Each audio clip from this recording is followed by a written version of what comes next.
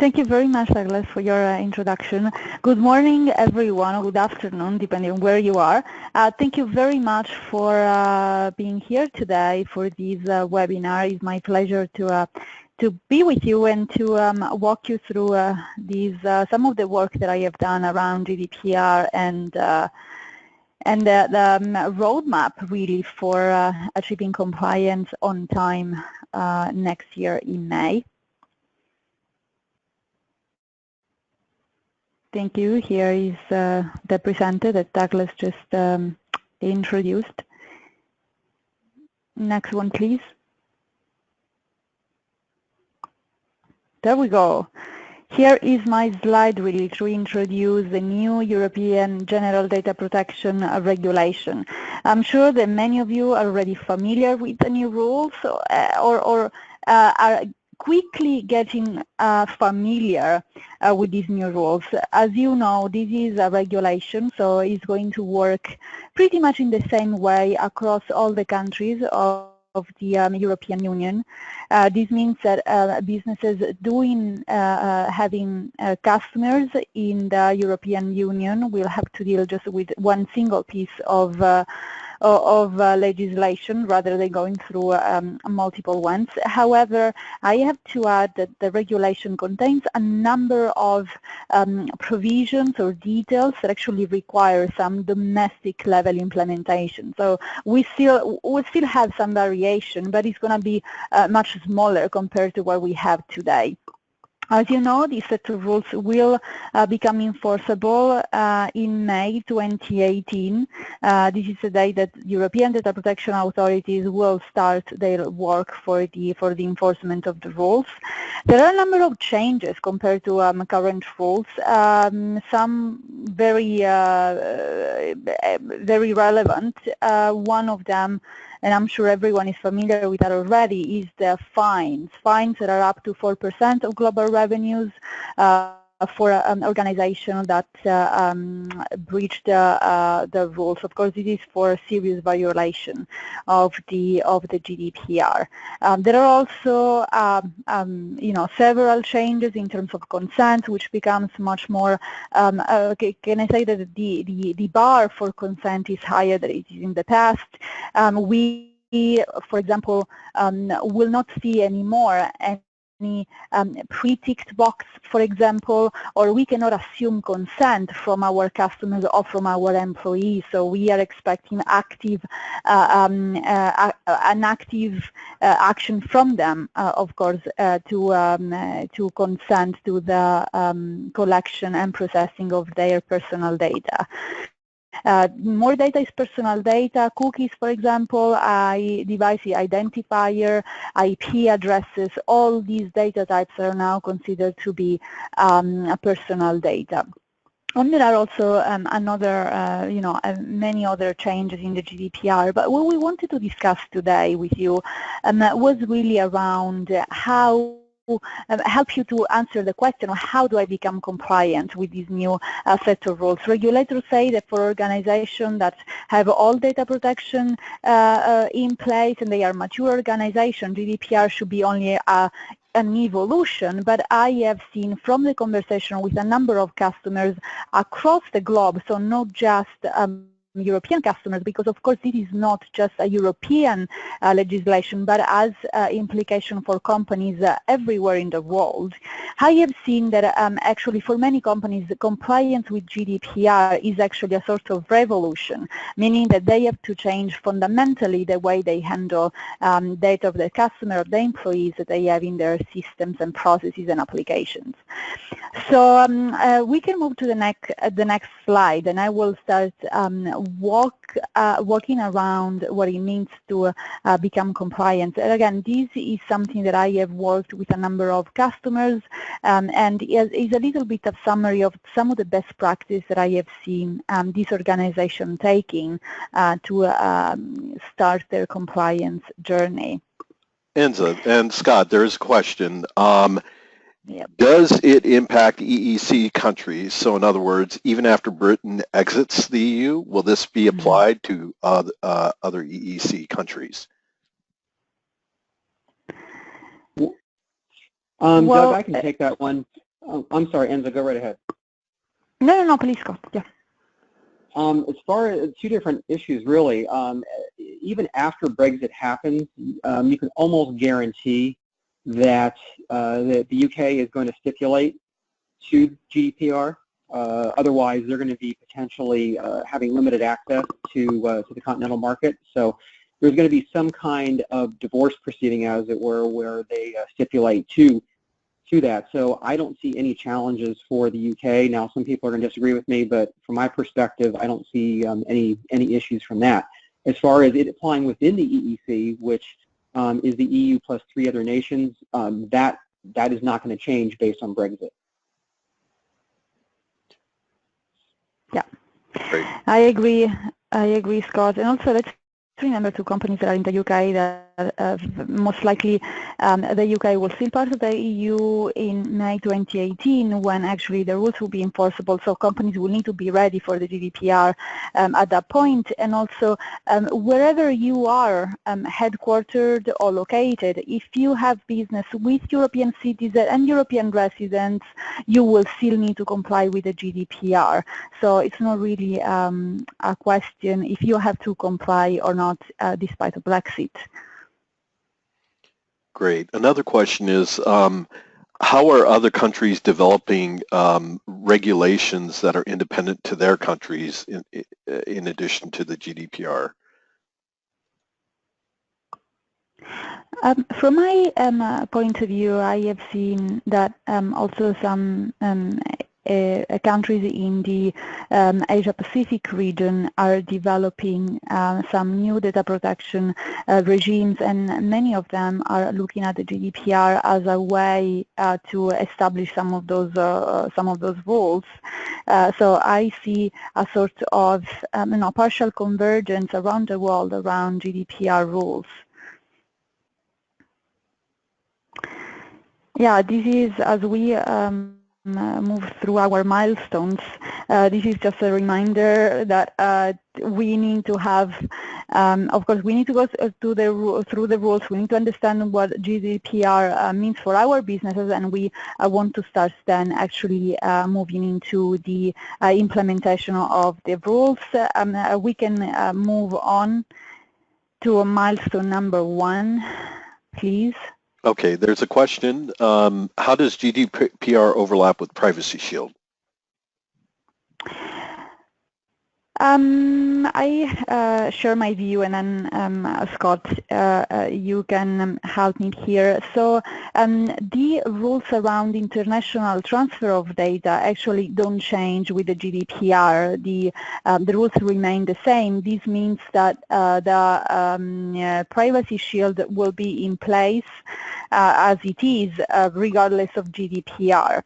Now, I know that for the first year of the Privacy Shield implementation that started last year in August, European data protection authorities agreed that they were not going to take an enforcement action against Privacy Shield in the first year of implementation. Now, this first year will be over in August of this year, and we expect data protection authorities to be engaged in a review of the framework and potentially start some of the enforcement action for companies that are complying with the framework whenever the data protection authority believes is necessary.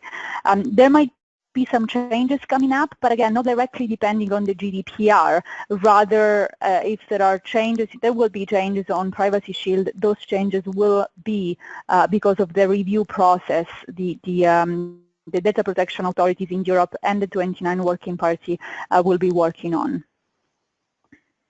Yeah, Doug, and just let me add to that briefly that Privacy Shield is a teeny tiny aspect of GDPR. GDPR is 88 pages of teeny tiny type, and it is filled with requirements. And one is a small one is data transfers outside of the EU. Even if you had 0 data transfers outside the EU, you would still have all those other GDPR requirements, and they are voluminous. So very little overlap. Really, the guts of GDPR have very little to do with data transfers. There we go. So this is what I call milestone number 1, which is really, as you can see, some very good basic data protection, data security. Actually, many of you, I'm sure, looking at this slide will feel that this is not new. I mean, this is not necessarily related to the GDPR, but this is some foundational work that is absolutely necessary for companies to do if they want to want to build a compliance strategy with the GDPR. The focus really is on the data. As you know, GDPR applies to personal data, and therefore it's very important that as organizations we understand, first of all, where is that data that we need to protect, and second, that we classify that data so that we can define the risk levels of the data and we can mitigate those risks accordingly. In many conversations with customers, as you can imagine, this is something that people understand, but then when it comes the moment to put this in practice and to do it, it is indeed a challenge, but it's necessary. We need to discover data, we need to find them, and we need, of course, to classify data. When I mean classify, is starting to associate to that data specific risk level. We can start answering the question about, is it personal data, is not personal data, and remember, whenever you make this kind of decision, you have to think about the specific data type, but also the context of the data itself. Is that data connected to other pieces of information? Is that connection changing the risk level of the data? This is our aspect that we need to consider. And in fact, it's very important that we have a static picture of the data at a certain moment in time, but also it's very important that we understand how data is moving within our organization, if we are linking that with other pieces of data, but also how we are sharing with other third parties outside of our organization. Because again, this can change the level of risk of the specific data type that we are looking at. For example, if we are sharing data with some data processor or the data controllers that actually utilize cloud infrastructure, this usually changes the risk level of data. Why it's so important that we understand the risk level of data is because only if we have that understanding, we can then apply and choose the right mitigation strategies to protect data.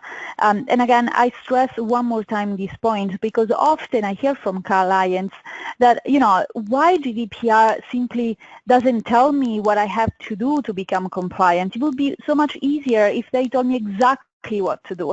But this is not what is in the GDPR. GDPR is a principle-based regulation, give us the idea where we have to be, but then every organization has to design that process of compliance. And the way you design that process to become compliant starts understanding the specific risks that you want to mitigate. For this reason, it's essential to do that risk assessment properly. And also the risk assessment gives us the idea of the gaps that we have to cover. Of course, as we do that, we have to remember to look into processes, systems, skills, because the people aspect is very important under GDPR. And then if we have the right governance and oversight mechanism as we approach GDPR. So it starts with the data, and then we need to include our third parties, understand how data moves within the organization, and have a look at your processes, systems, and people skills as you go through this milestone number 1. Yeah, Doug, before we go on, I just want to, and let me just jump in real quick. Just want to, before we go on, I'm spending a lot of time right now with clients on data inventories, data maps, and data classification. And you guys are correct. The fact that it doesn't mention these in GDPR doesn't mean that they're not important. In fact, I think they're fundamental. I can't imagine a data protection program without data classification, a data inventory, and any data flow map, because you need something to refer to. And the more you dig into these, the more you find. So it's really a fundamental process, and I would recommend everyone engage in it at some point before they start the formal GDPR process. And this milestone looks a little bit into the budget. Now, there is a lot of variation, of course, in the size of these budgets, and yeah, I've seen a lot of different numbers. It's difficult for organizations to come up with these budgets or to have a kind of general idea of how big the budget has to be, because again, this relates very closely to the gap analysis that we have just discussed. However, I have noticed that there are some commonalities in some of the items that that are part of the budget, and very often, of course, I have seen organizations accounting for hiring and training their people. Hiring, and we can think about the example here is the Chief Data Protection Officer that many organizations will need to appoint as a result of the GDPR, but also I've seen organizations thinking to build the privacy teams, especially if they don't have one. And so this is another thing that you want to consider, not just the privacy officer, but if you need a bigger team for that. And of course, there are, you know, I have seen different kind of numbers published around how many professionals will need, and I believe that the latest that I have seen from the International Association of Privacy Professionals was something around 30,000 just in Europe and up to 75,000 worldwide. So we are talking about very large numbers, and of course you can imagine the competition to hire these professionals. And also you will need to account for training people. And I will spend some time later on talking about how regulators are looking into awareness and training, but it's essential to your compliance strategy. The regulator believes that training and awareness is actually one of the components of that risk mitigation strategy. So you want to make sure that you have that in the plan and you are putting budget aside for these kind of activities. Also, you will need new products and services. Now, I don't suggest any organization to, as step number one, to go out and buy new products or services necessarily. I always recommend then people work with the products that they already have in-house and services they have in-house, and try to work with those vendors to make sure that they are deploying those products in the best way to comply with the GDPR. But after you have done this assessment, if you feel that you still have gaps to cover, you may need and you will need possibly some new products and services, so that's part of your budget. And now, finally, account from professional services, as many organizations are looking for external help as they start or they progress their compliance strategies with the GDPR. As I said, a lot of variation in terms of budgets, but here are some of the items that I have seen most often coming up when we discuss budget for the GDPR. Great. And Scott, just a couple of questions. Do you see clients already allocating budget for GDPR, or are most planning on using existing staff and resources? From my point of view, I have seen some budget being allocated for the GDPR. As I've said, for many organizations, it's a lot of work. It's really a revolution, and sometimes they don't have those expertise, they don't have products. So I've seen companies allocating budgets for these kind of projects. Yeah, Doug, everyone I'm working with has created a budget just for GDPR. There's no way around it. And in some cases, they're also increasing the budget for allied compliance initiatives like HIPAA, High Trust, or something like that.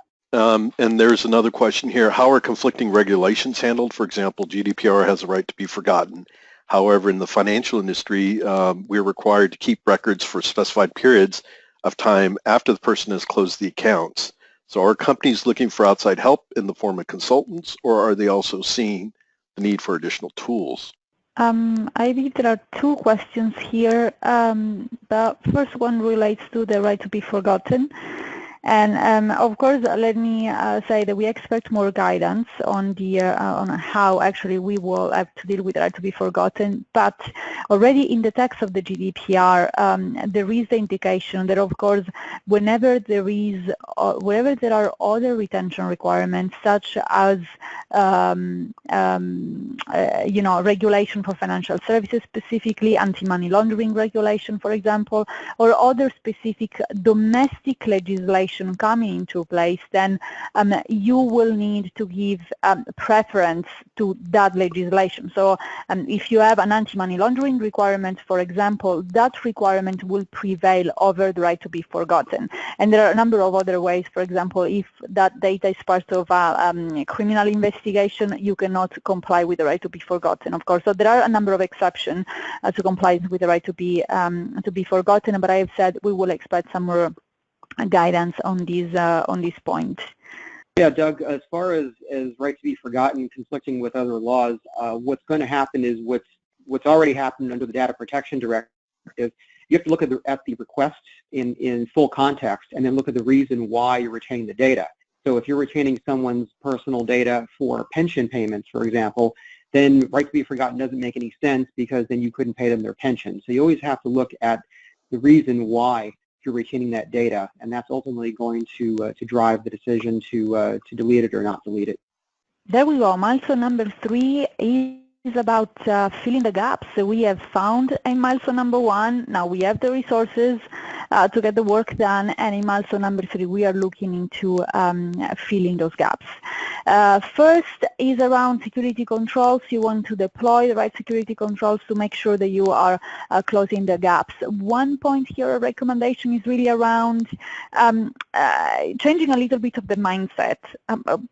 Very often in the past, I've seen organizations thinking that having strong security programs would deliver data privacy by default. I mean, data privacy by product in a way.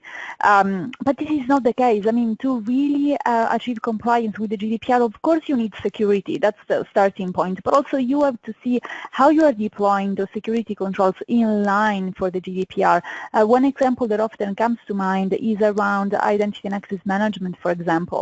If you have to comply with the purpose limitation principle, then you want to make sure that the access to specific data reflects the kind of purpose limitation that you have set. If that data has been collected for HR purposes, for example, there is not a way that your marketing team should have access to that kind of data.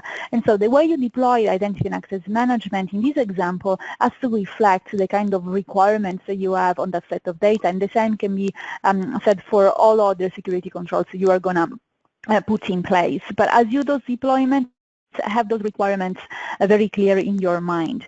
Then we will need to update processes, of course. I have seen many organizations starting from the processes that they need to comply with those new data subject rights. Data subject rights are potential requests from your customers or from your employees to access data or to change some of the data that you have because probably it's not accurate anymore. They can also ask to be forgotten, as we have just discussed, or they can ask you to put together all the data they have shared with you over time and include the metadata as well because they want to move on to one of your competitors. Think if you're a bank, they may ask you a summary of all the data they have shared because they just want to change service provider. They want to go to another bank. As an organization, you will need to provide them with that data without undue delay, as the text of the regulations say, and possibly at no cost for those customers.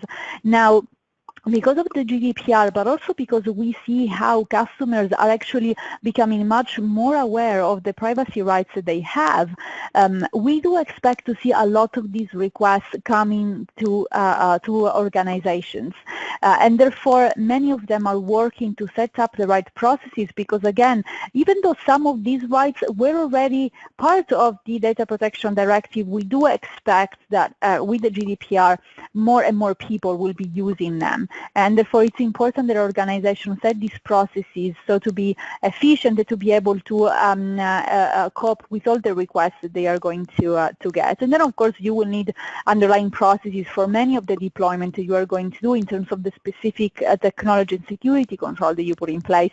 One more opportunity here to remind the GDPR, yes, has to do with technology, but it has to do also with processes and IT processes, business processes. It has to do a lot with people. So have that mindset as you approach GDPR and make these changes to your processes and systems.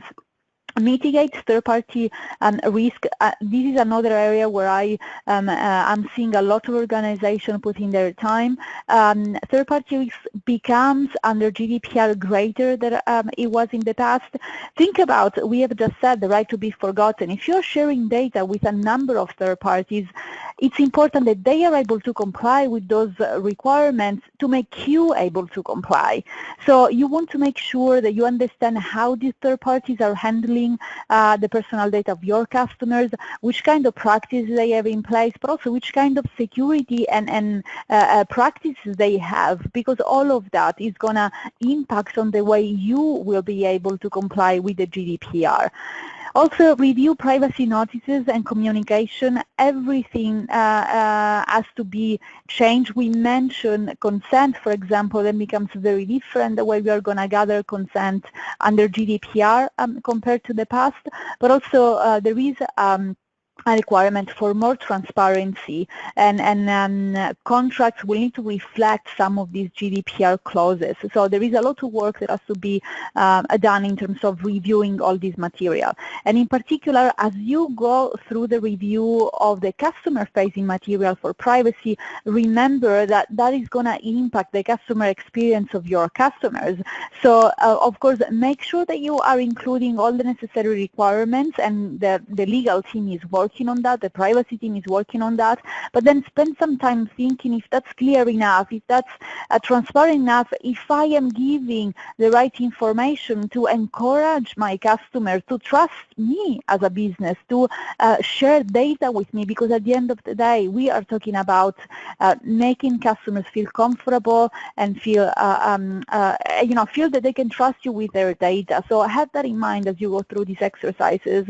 And then finally, define your organizational design. I've mentioned many companies are thinking to hire data protection officers, but also many others are thinking to make changes to their organization, to have a privacy team, or to include that expertise in existing teams.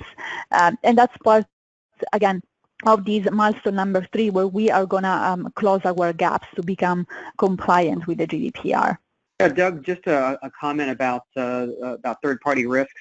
Far and away, the biggest vulnerability in any organization, in my view and my experience, is with third parties, many of whom don't take privacy seriously, don't think that they are regulated under the GDPR, think that their own privacy regimes are better than yours, and it goes on and on and on. And so really, as a priority, I think that anyone on the webcast here should really make addressing your third parties, get that to be a priority, because I can tell you that it's going to slow things down immeasurably, especially if you wait too long and suddenly the third parties don't have any incentive to cooperate with you. And again, this is my own experience. And Scott, springboard off that comment, how about companies that provide services to clients who have to meet the GDPR regulatory compliance standards? Really, you're going to have to start negotiating with them now, start getting an idea of exactly what personal data they have access to, what controls they have in place. I mean, there's a laundry list. Article 28 gives you a laundry list of things that third-party processors have to do.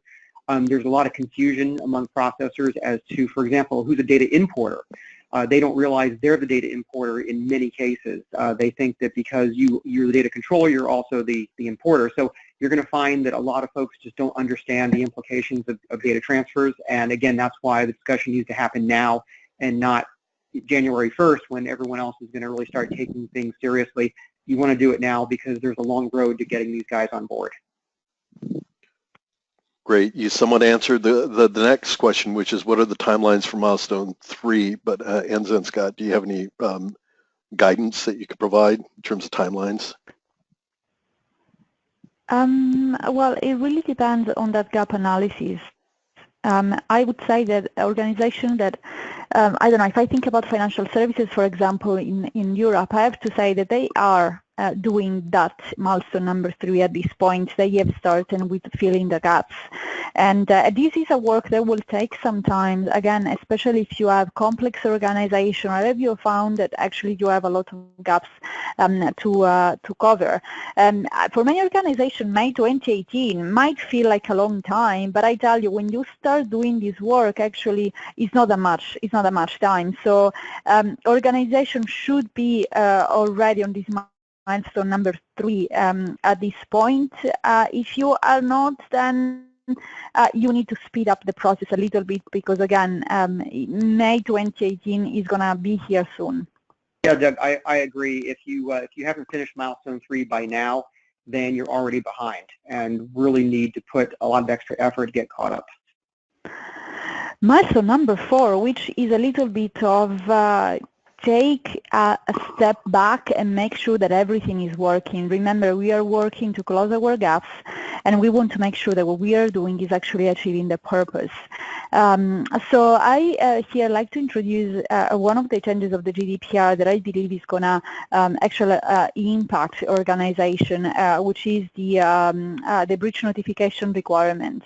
As many of you know, now organization under GDPR will have 72 hours to report a data breach to the relevant, to the authority, the protection authorities, of course, but also to the affected customers.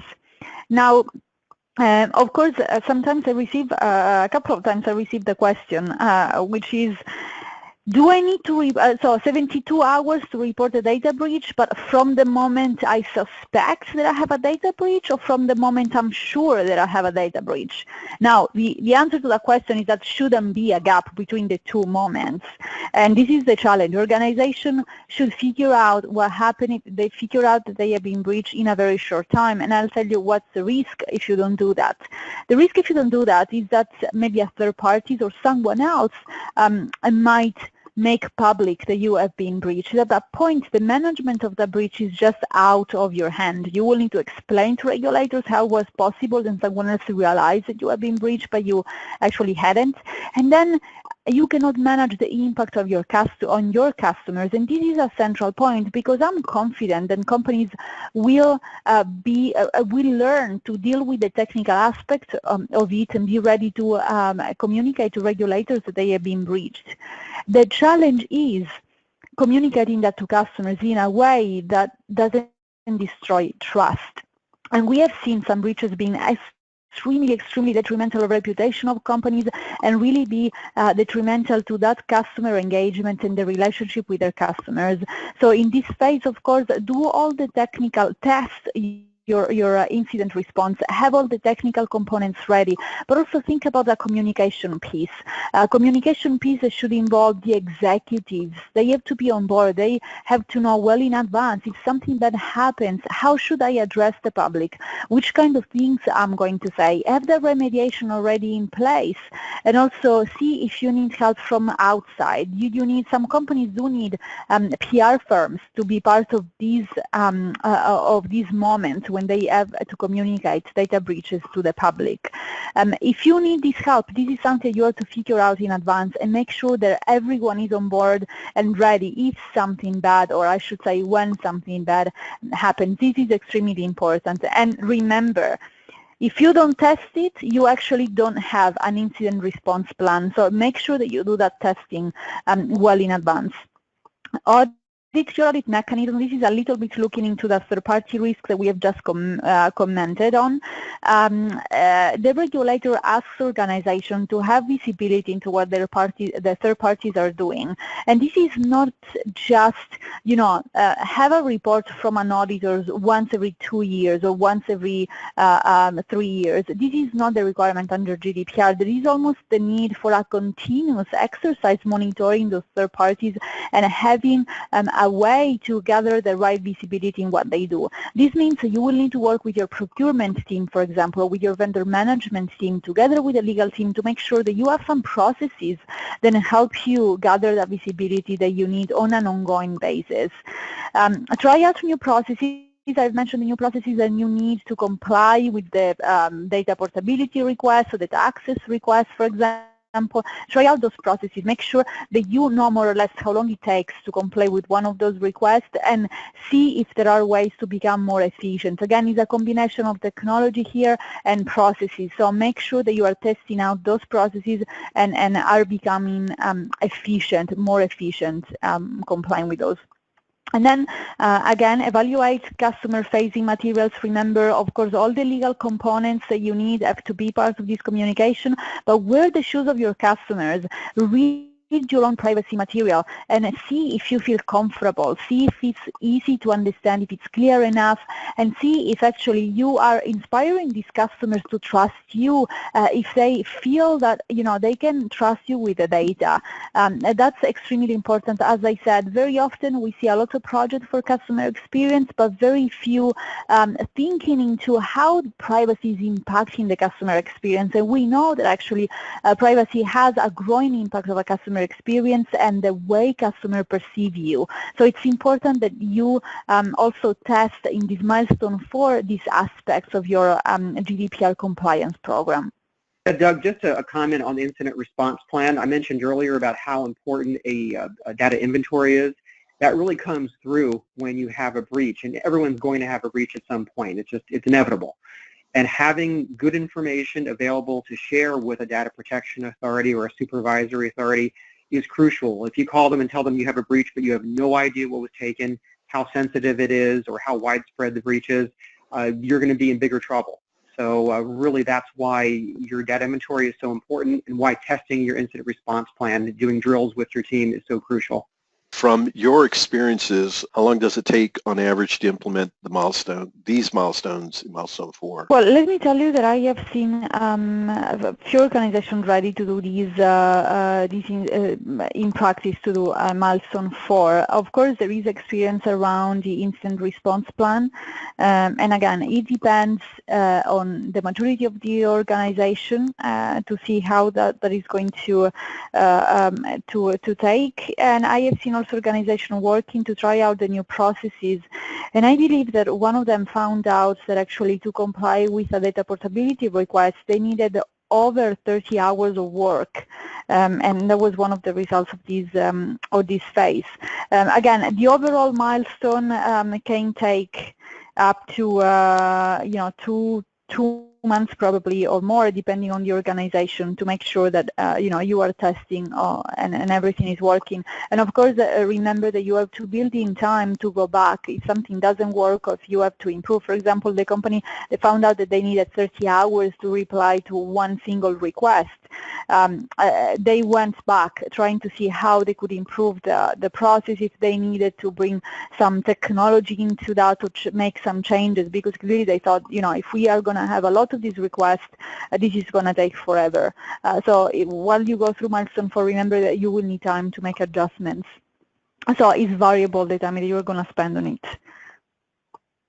Yeah, I agree. I think that it could be anywhere from 8 to 12 weeks. It depends on where you are at the moment in terms of what your IR plan looks like and all your other mechanisms look like. But I would allocate between 8 and 12 weeks. A question related to the incident response plan: does GDPR replace an importance on recovery, restore from a breach? Well, as part of that, disclosing the data breach, of course, the data protection authorities want to know which kind of mitigation strategy you have in place and how you are going to remediate to the breach as well.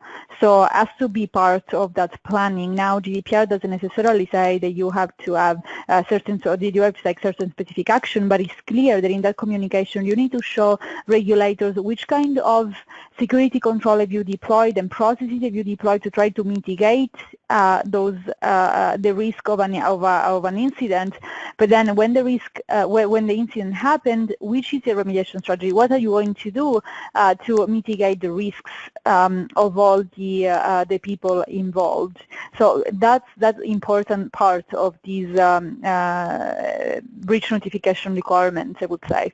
Yeah, Doug, there is an implied ability to have some resilience in your systems, and in fact, Article 32, which is the InfoSec section, cites that as a suggestion. So there is some expectation. It's certainly up to the individual company about how they design that resilience, but it is implied in the GDPR.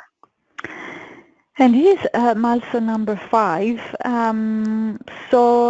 It starts, my first item here is prepare for what I call the Adhoc cottage. Now, there is a requirement in the GDPR that organizations are ready at any time to provide evidence of their compliance strategies to regulator. This means that even if you as an organization you haven't suffered a data breach, even though you don't have customers complaining about your privacy practices, still you can have a regulator knocking your door at any time and asking you, I want to see how you are complying with the GDPR. This means we need to start from the risk assessment. Let me see how you are assessing risks. Let's make sure that you are mitigating those risks appropriately, that you have everything in place. An organization needs to collect all that documentation. You need to prove that you have consent from your customers if you are trying to do certain things with their data. You have to make sure that the third-party contracts reflect the GDPR requirements. So a lot of work, and this is why also GDPR is an ongoing process. It's not about getting to May 2018 and say, okay, today I'm compliant, I did my work and I'm done. GDPR will require continuous ongoing compliance as to being built into the processes, and this evidence is just a proof, in fact, that you're complying with the GDPR as a business as you go. So this is a big change for organization, and this is why really this has to be a process that works with the business every day that the business operates. The second point is what I mentioned earlier around training and awareness programs. The regulator believes that training and awareness in itself is a mitigation strategy. So you need to provide evidence of what you are doing in terms of the training and awareness program. And what I can see also from the companies I work with is around becoming more creative around this piece, because very often organizations say that it's difficult to include people or to engage people around security or privacy awareness. But this is fundamental for the GDPR, and many organizations are thinking of ways that they can do this in a more creative way. And also, let me tell you that GDPR, an organization that goes through the compliance program will find GDPR is very often a cultural challenge. Organizations that don't have plays at the core of what they do, security and privacy, will find these much more challenging. But organizations that have an understanding of privacy and security as a core part of what they do will find that the GDPR compliance journey will be easier to do. And I also noticed that organizations that have this cultural commitment for privacy usually are more successful with the training and awareness program. There is involvement in the organization from the top to the bottom, and they are just more successful with this kind of project. So this is another component of your compliance strategy. We didn't call on it earlier, but it's the cultural aspect that is extremely important. And think about, how you're going to make GDPR part of your everyday business if you don't have the cultural commitment in the organization, or I should say throughout the organization. So that's extremely important and also relevant for this training and awareness program piece. And then finally, measure what you do. I have seen in the past a lot of attention for, the number of incidents that we have suffered, of the number of customer complaints, and you can keep tracking these kind of metrics. But what we see also is looking into GDPR and privacy as a way to improve the customer experience. I've said the collaboration within the business, the different business units. So you may want to start measuring that impact. For example, after you have reviewed your customer facing privacy material, you might start tracking the number of opt-in that you get with that material, or you might start seeing how many new projects, for example, your digital team is carrying out together with the privacy team as a way to measure the collaboration and the engagement throughout the company when it comes to privacy.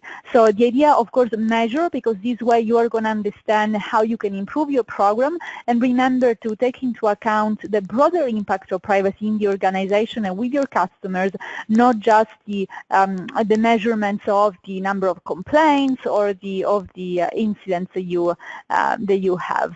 Yeah, Doug, just a quick follow-up on that. Training and awareness, so important. I can tell you that every InfoSec professional I speak with always tells me the same thing. It's not a firewall, or it's not some piece of hardware that keeps bad guys out. It is training and awareness and making sure that all of your folks know what exactly to do if they get a phishing email, or how to recognize personal data. In fact, when I speak to clients in a group setting, I will play the game called Is This Personal Data? And I'll give them a bunch of examples. And in many cases, it's unclear whether something is personal data. So it's really important for that training and awareness to happen. That's your first line of defense. Thanks. There's a question that actually refers to the last slide. Just go ahead and ask it. In terms of data protection of data and application security controls, for example, remediation via encryption and masking, how long should the estimate be to do this work and test it? That's a very, again, it depends on the organization, and very often organizations have some of these already in-house, so sometimes it's a matter of deploying in a different way or trying to expand the implementation of these kind of controls, but it really varies from organization to organization, and yeah, it's challenging just to give a time frame without having all the context necessary. Scott, I don't know if you have more a different opinion on this. No, I'm entirely in agreement. And if you're starting from a complete zero cold start, it could take very long, because you have to determine all the requirements, and you may have to buy third-party software, etc. The short answer is start now. You're going to need the time. This is my last slide, and this is around some of the things that you, I think, can start doing today. I want to get some, very practical here. So first of all, focus on the data. This is where the strategy starts. Understand it, discover your data, classify your data, understand the risks that you have on that data. As you go this exercise, of course, remember data types, very important. Understand the context of the data, meaning how long I'm processing that data for, which kind of platforms I'm using, what do I plan to do with that data, and also think about the business, because there are some activities, some initiatives that you do that are data-driven that might be not necessarily very sensitive if you only look at the data types that you have in that, but then if you think into the business context, that initiative is extremely important to the business, so you want to make sure that you are protecting and securing those kind of activities as a priority. So remember to keep in mind data types, the context of the data, and the context of the business as you go through your assessment, your classification, and that risk piece that is extremely important. And this leads me to my second point. There is, we need a framework to assessing those risks.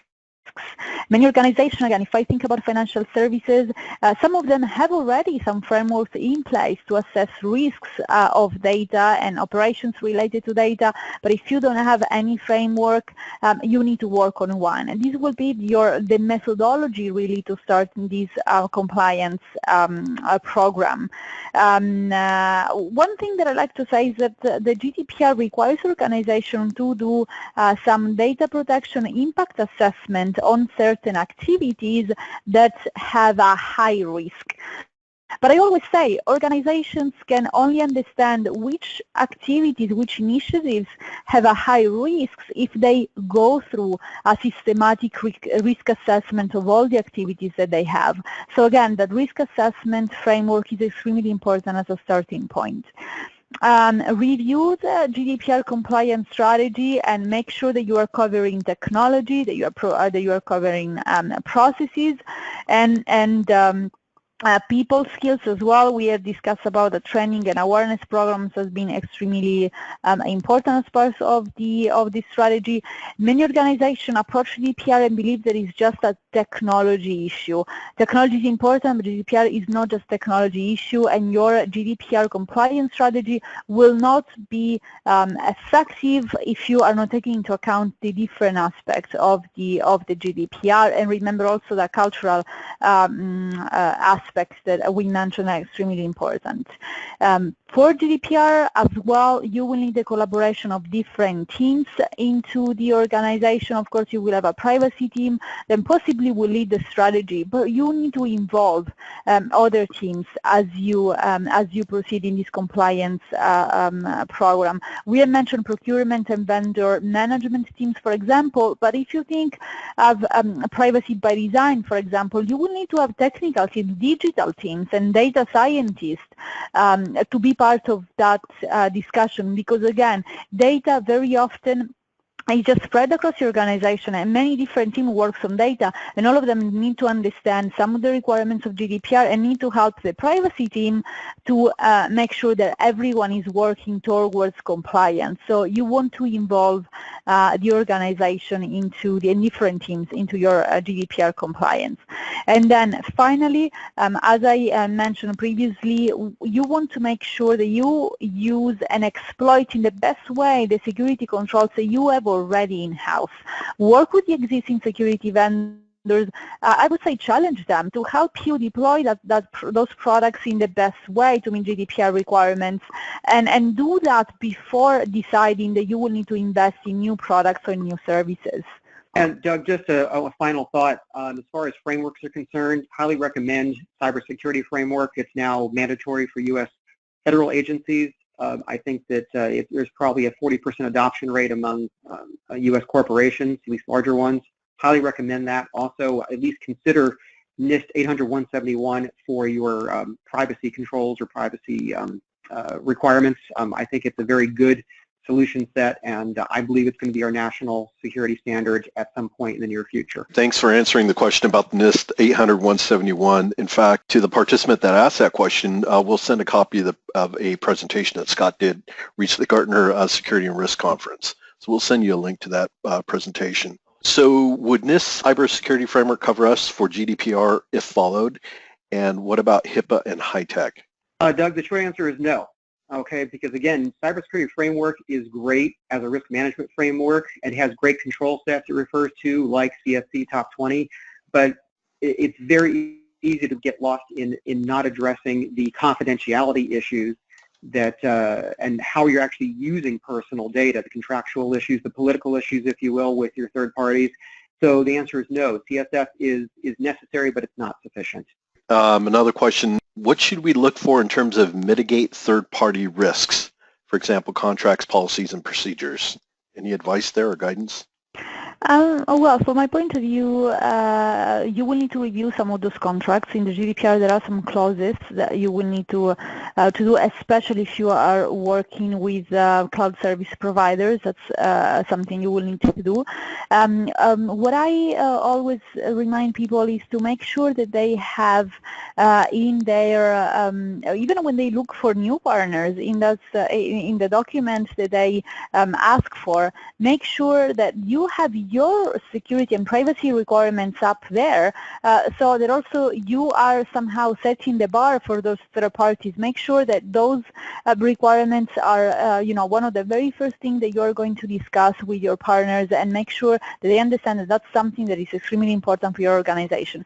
And then I have seen different organizations working around, for example, random audits to these third parties to make sure that they are complying with those requirements, and then maybe have the auditing team actually follow up with a proper audit whenever you find something that you think is not okay, is not appropriate with what you do.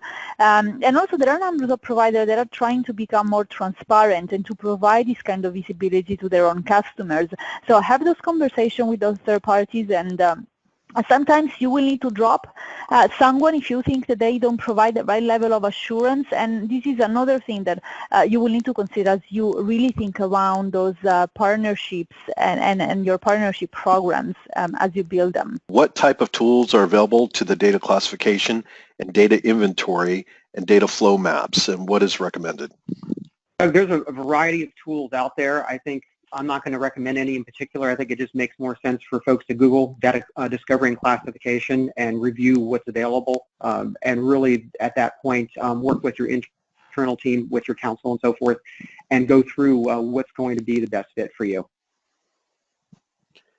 Spirion does provide data classification, but you're correct, there's a wide range of tools out there. Our unique value proposition is data discovery accuracy. And leaving on that note, it is the top of the hour. I want to thank our presenters and all our participants for joining us today. If we're unable to get to your questions, we'll reply by email. I want to thank you again, Enza and Scott, for addressing everybody's questions. And thank you.